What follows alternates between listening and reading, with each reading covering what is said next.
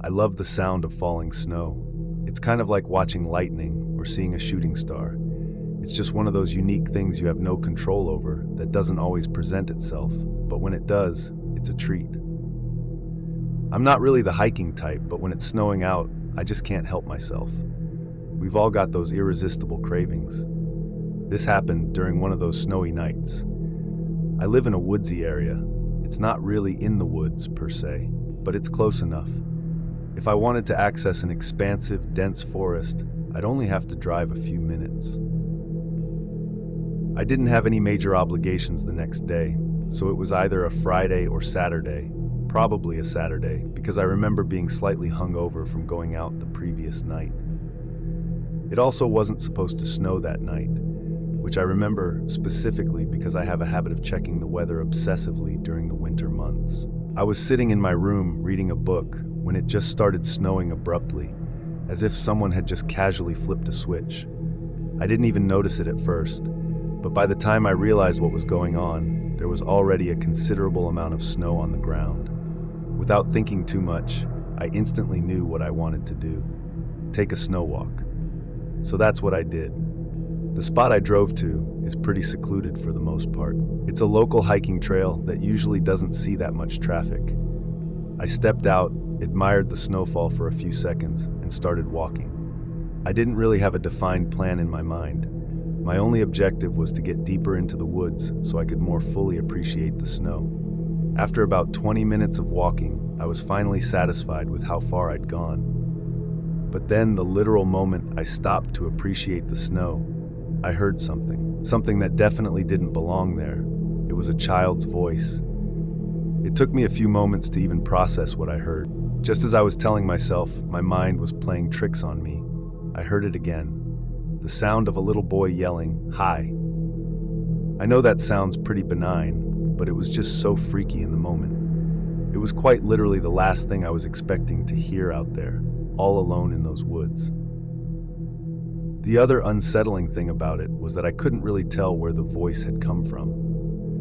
It sounded like it could have come from a number of different directions, if that makes any sense. I whipped my head around, but there was no one there. I kept looking around frantically, but there was no one in sight. Just as I was about to head back to my car, I heard the voice again. It was definitely a little boy's voice. Only this time he said, "Up here, silly." Without even processing how freaky of a thing that is to say, I instinctively looked up, and there he was. There was a little boy who looked to be around 9 years old, just sitting on a tree branch in a tree not too far away. It was the most bizarre thing. The boy was clearly bundled up for the cold, but how he managed to climb that tree, I had no idea. The lowest branch to the ground was at least 20 feet off the ground. Strangely, seeing him kind of calmed me down a little. It was almost like I had been afraid of not knowing where he was as opposed to him being there.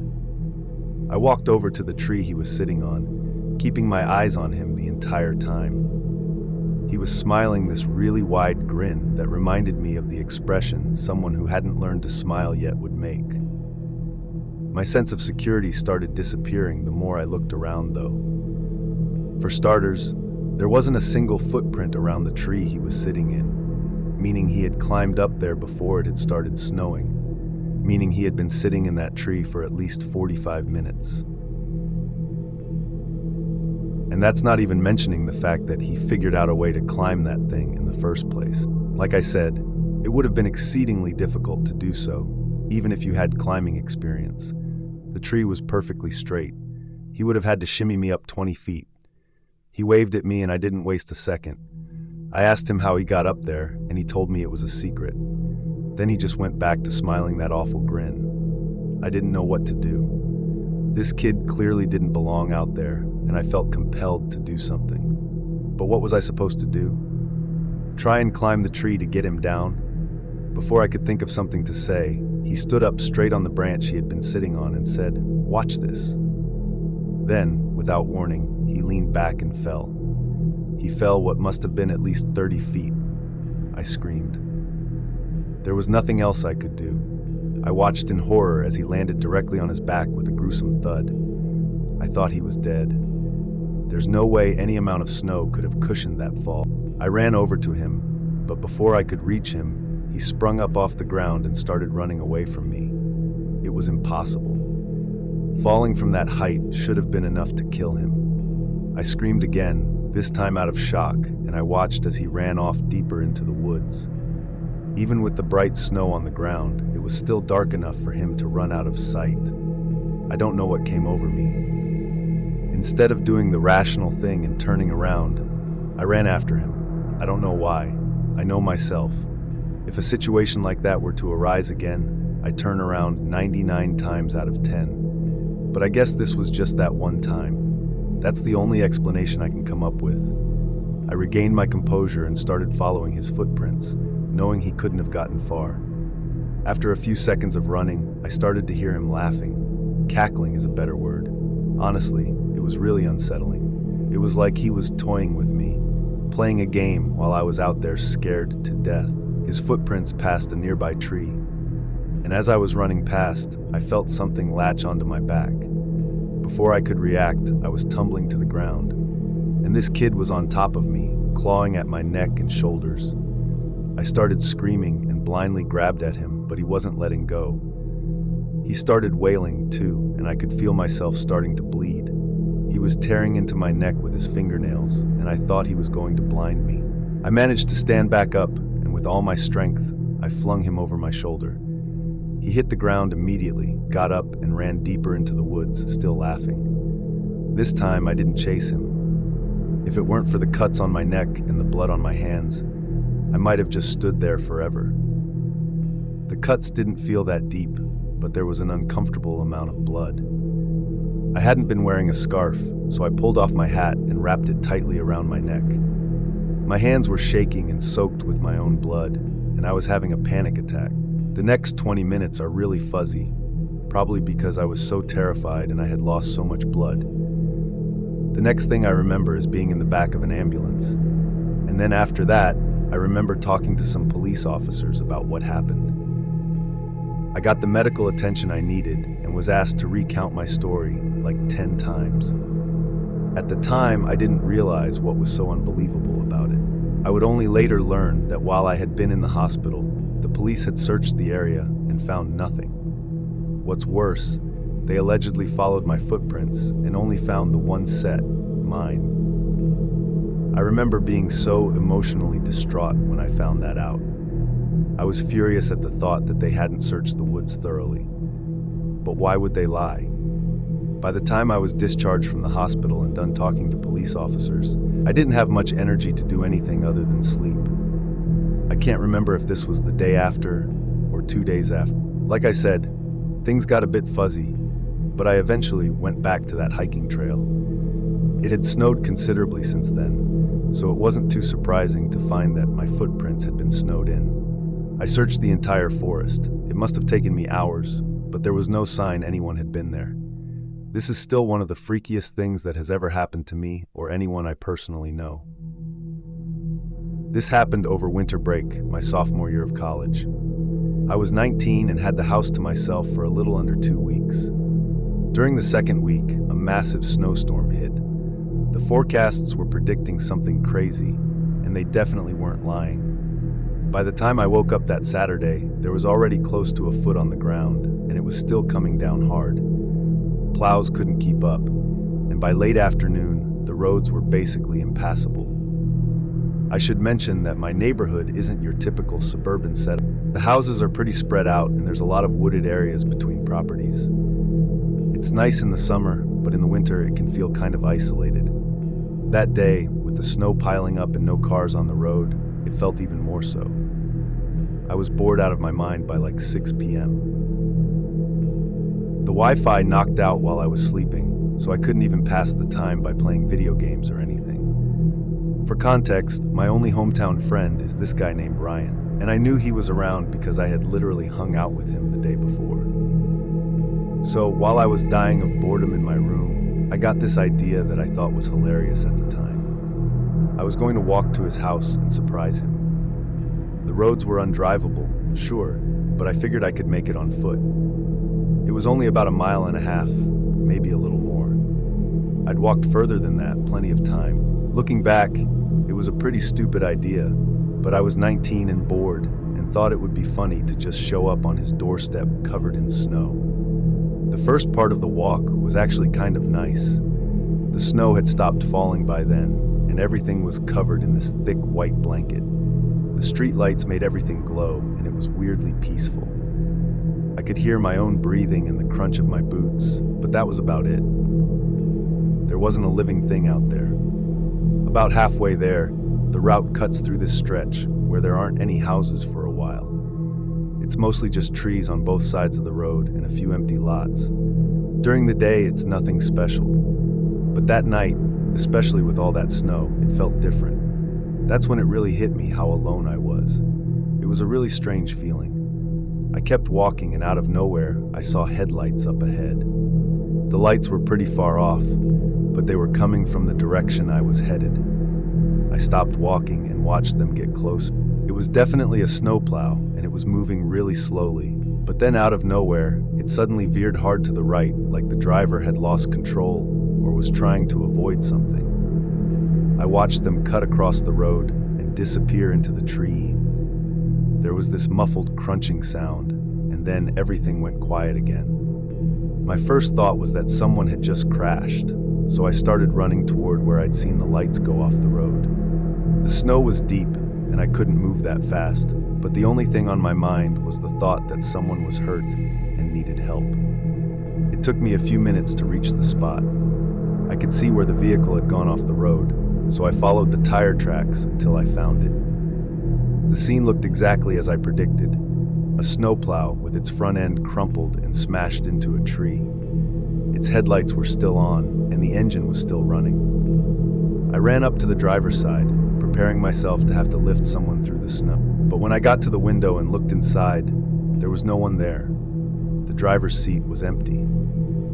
I stood there for a second, not really processing what I was seeing. I thought maybe the driver had been thrown from the vehicle or something, so I looked around. The windshield wasn't shattered though, so they must have still been inside the plow.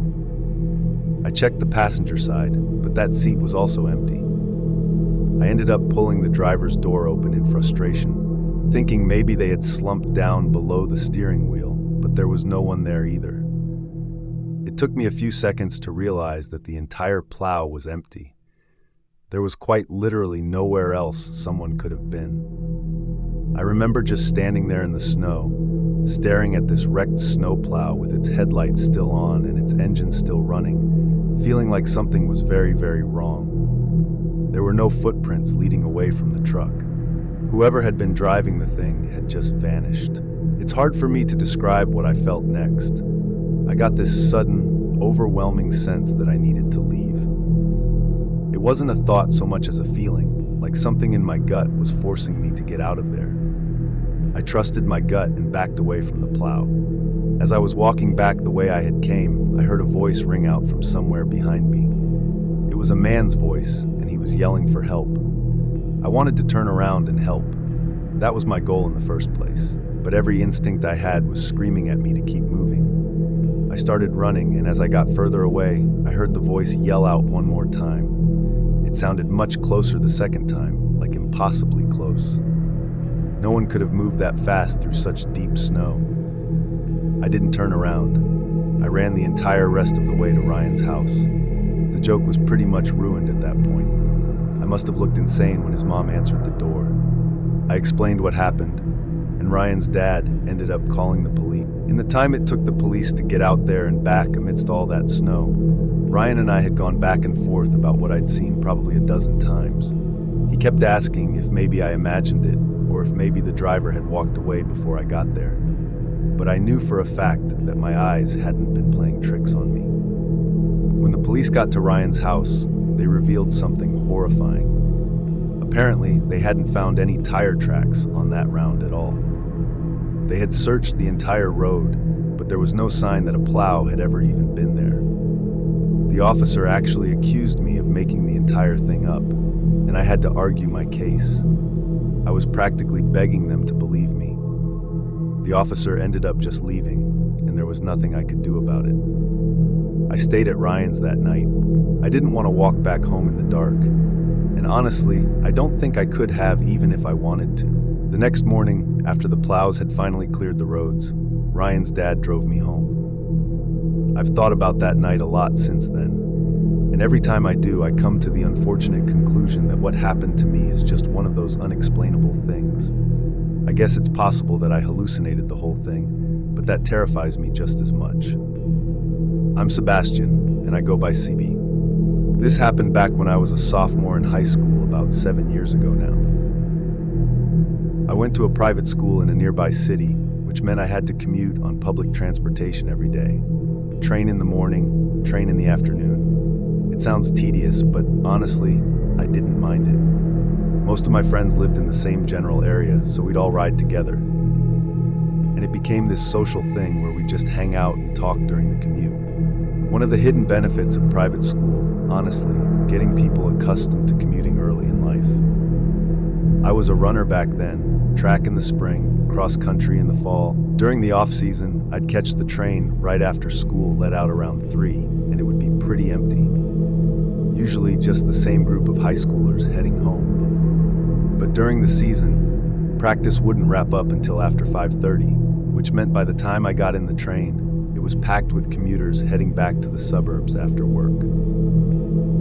Luckily, my two best friends, Charles and James, also ran track and lived on the same train line, so I wasn't completely alone during those late rides. One night after track practice, it started snowstorming the moment our train left the station. It was mid-inter, so night is definitely the right term, even though it wasn't even 6 yet. And snowstorm is also the right term, because it went from 0 to full-on blizzard in like 5 minutes. We found out while we were on the train that ours was the last one operating on that track. The forecast was predicting a massive storm, and they weren't letting any more trains leave the station after us. The snow only got worse. At one point, the three of us were genuinely wondering if the train was even going to make it to each of our stops. And even so, we quickly realized there was no way our parents could drive to pick us up. The roads were already a mess, so even if we made it to our respective stations, we'd have no choice but to walk home. For James and Charles, that wasn't a huge deal. They were practically next-door neighbors in a pretty lively, dense part of town. Plus, their houses weren't that far from the station. For me, though, it was different. My station was isolated. I'd have to cross a highway and then walk over a mile in this woodsy stretch to get home. I called my parents from the train and explained the situation. They told me I didn't have much of a choice. My dad told me to just suck it up, bundle up, and be careful. James and Charles got off at their stop, and I dapped them goodbye. The rest of the ride was just me and a handful of other passengers. And by the time we reached my station, I was the only one left. The doors opened, and I stepped out onto the platform. It was completely empty, just me in a full blizzard. It was dark, but there was decent visibility because of the snow. Everything was white, and the light from the station reflected off of it in this pretty but eerie way. I stood there for a second, taking it in. It was a sight I had never seen before. Usually that station is bustling with cars and people, but with the snowstorm and all, it looked completely deserted. I started walking. There was no point in prolonging the inevitable. For whatever reason, I thought crossing the highway would have been more difficult, but there wasn't a single car anywhere in sight, including snowplows. I actually stopped and looked around kind of in awe. It was beautiful in a weird way. I started thinking to myself, I'd probably never experience anything like that ever again. After the highway, though, came the woods. The only other option was following the road home, but it was really windy and would have added a ton more walking, so I decided to just push through and walk through the woods. I don't know how long I'd been walking, but I happened to glance up after looking down at my feet for a while. And the moment I did, I had to hold back a yell. About 30 yards ahead of me, there was someone standing there. A man. He was facing me directly, almost like he knew the exact path I had to take. At first, my brain couldn't process what I was seeing because he wasn't dressed for the weather at all. He was wearing a short-sleeved shirt and shorts in the middle of a blizzard. And to make things worse, his face was twisted in this deranged smile. I didn't move. I just stood there watching him, waiting to see what he was going to do.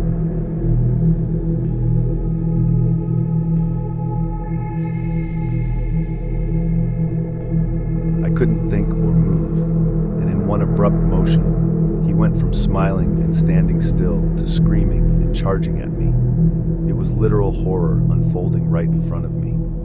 I snapped out of my haze and began running as fast as I could back the way I came, screaming for help, even though I knew no one was out there. I couldn't move that fast with all the snow, and I felt him closing the gap with every second that passed. The chase felt like it lasted forever.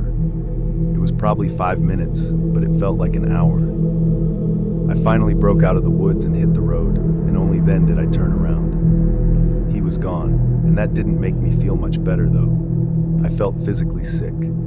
I followed the road home, and the whole time I kept thinking about my footprints, about how they were quite literally the only tracks in the snow. If that guy wanted to follow me home, it would have been the easiest thing. When I finally got to my house, my parents were relieved. That is until I told them what had happened in the woods. My dad wanted to go out and look for the guy, but my mom wouldn't let him. Several hours went by without incident. Eventually, my parents went to sleep. I pretended like everything was fine, but I was still freaking out internally. I couldn't get the image of his deranged smile out of my head. And the way he had been screaming was just so unnatural. And the more I thought about it, the more insane the whole thing felt. He had literally been wearing short sleeves. How had he not frozen to death out there? I was making myself crazy, so I forced myself to stop thinking about it and just go to sleep. But of course, I couldn't fall asleep. It was like I was in that 30-second shock after waking up from a nightmare. Only instead of 30 seconds, it was several hours. That's the best way I can describe how I was feeling. At one point, I heard a tree branch rattle my bedroom window, which startled me out of bed. I went over to the window to see if I could dislodge it somehow. I pulled back the curtain and literally dropped to the floor yelling. It was him, that guy from earlier. He was right there, inches from my window, only now I could see him clearly. His skin was purple like he was freezing to death, and he was bald with his patchy gray beard.